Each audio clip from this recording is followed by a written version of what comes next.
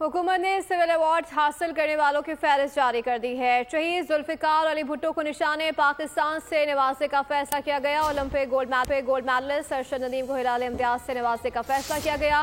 मुराद सतपारा मरहूम को भी सितारा इम्तियाज से नवाजा जाएगा। इस हवाले से मजीद जान लेते हैं फहद चौधरी से। जी फहद, आगाह कीजिएगा।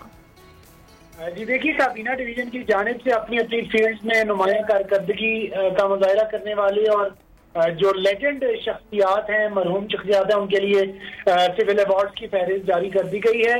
साबिक वजीर आजम शहीद जुल्फिकार अली भुट्टो को निशाने पाकिस्तान से नवाजने का फैसला किया गया है। इसके अलावा शायर नासिर काजमी को निशाने इम्तियाज, शहजादा अब्दुल अजीज बिन सुलेमान को हिलाले पाकिस्तान से नवाजा जाएगा।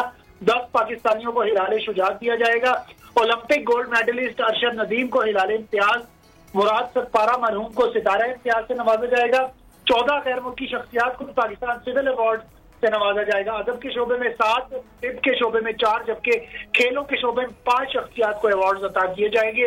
तालीम के शोबे में 8, साइंस के शोबे में 1, जबकि पब्लिक सर्विस के शोबे में 27 शख्सियात को सिविल अवार्ड अता किए जाएंगे।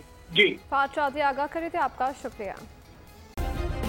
सब्सक्राइब करें और बेल दबाएं ताकि कोई खबर रह न जाए।